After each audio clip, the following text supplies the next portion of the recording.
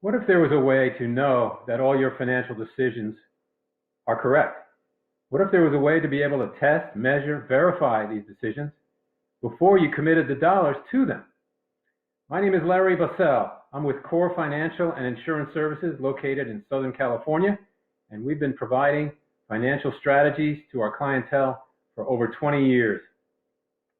Today we're going to talk about what we call the rule book as a methodology to follow in doing things in the right sequence in order to be able to maximize your financial situation.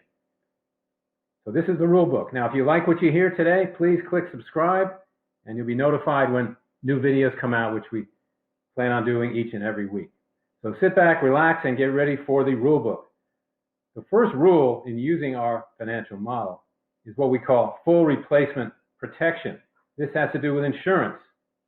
Things like car insurance, homeowners insurance, umbrella policies, disability insurance, having a will and a trust, and most importantly, life insurance.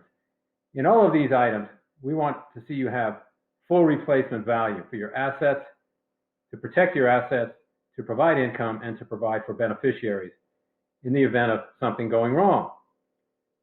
In other words, if your car was totaled with your auto insurance, you'd want full replacement so you get the same car. If you were disabled, you would want the highest check you possibly could get from your disability policy. And if you died prematurely, you'd want your life insurance policy to provide your full economic life value to your beneficiaries. So this protection piece, the full replacement protection, is rule number one. This is where we start. Perhaps we're very different from other financial advisors out there, but this is a critical part, and philosophically, this is where we want to be first. Good defense, as we know in sports, wins championships, and you will win if you have a properly designed protection component. That's the first rule.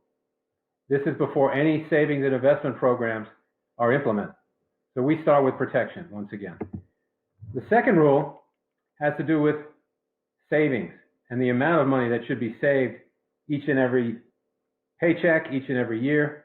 We say in our guideline is 15% of gross income should be the number that you're targeting to be saved.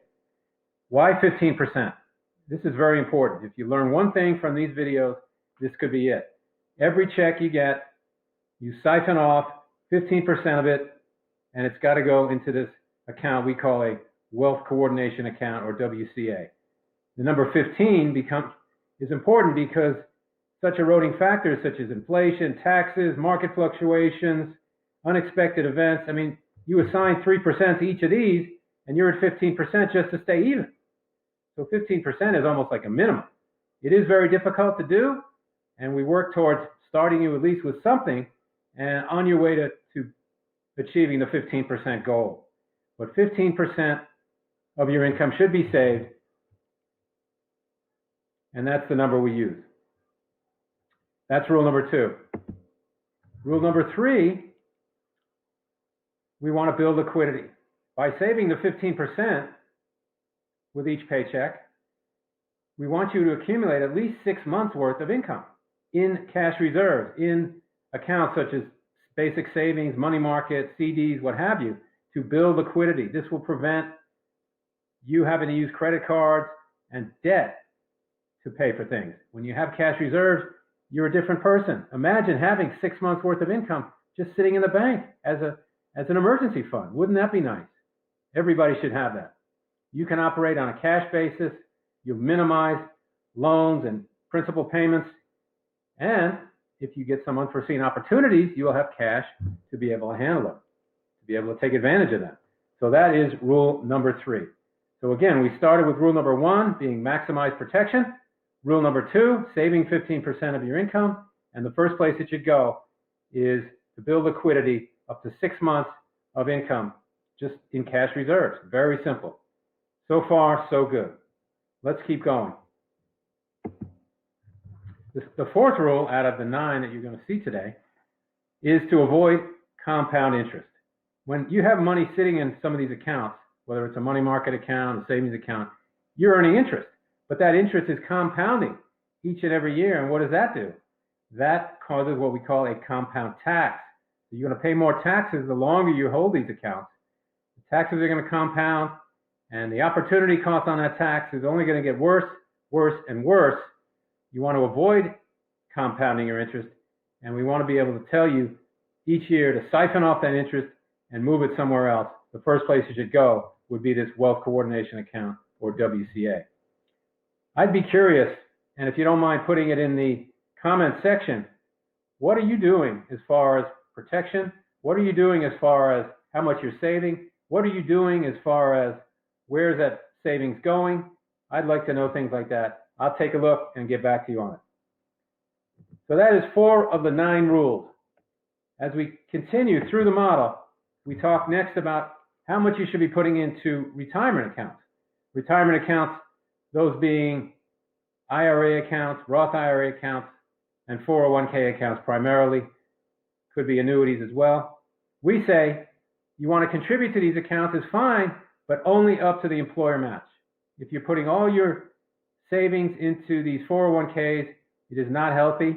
Why? Why is it not healthy? Because who knows what's going to happen when you go to get the money out many years later. You're putting the money in an account that can't be touched for the most part, and who knows what taxes are going to be 30 years from now. Most people think they're going to be quite a bit higher, and that presents a major problem. So we don't want all the eggs in one basket, so to speak. We want some going in there up to the employer match, but that's it.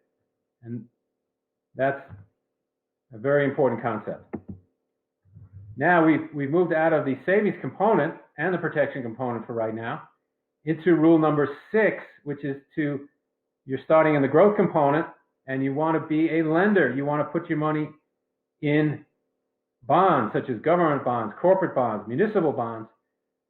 They have guarantees, lower risk items.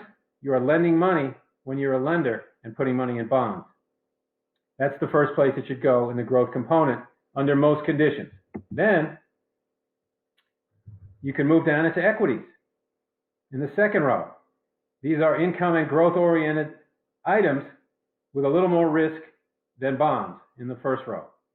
So now you're an owner versus being a lender, and you can participate in the profitability of the companies you select.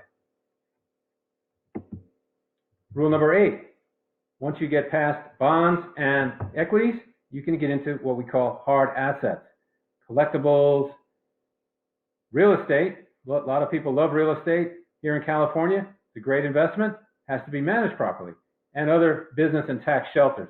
In the third row of the growth component, these are opportunities for growth and income, and you're an owner of these assets and perhaps could glean some tax benefits from these assets and build capital appreciation as well.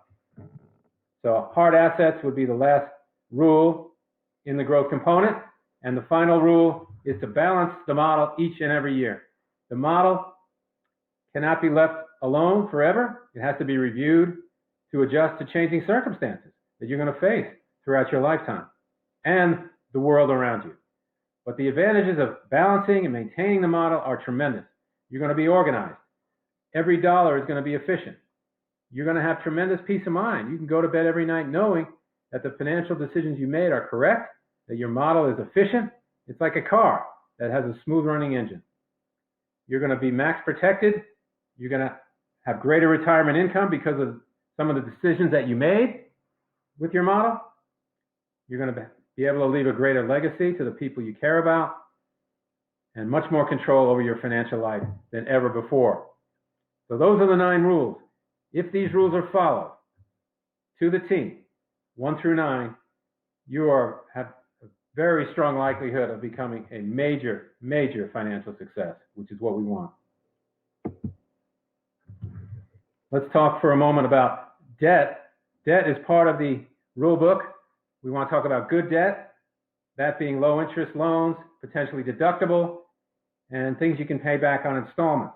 We want to avoid consumer debt, non-deductible debt, and revolving credit.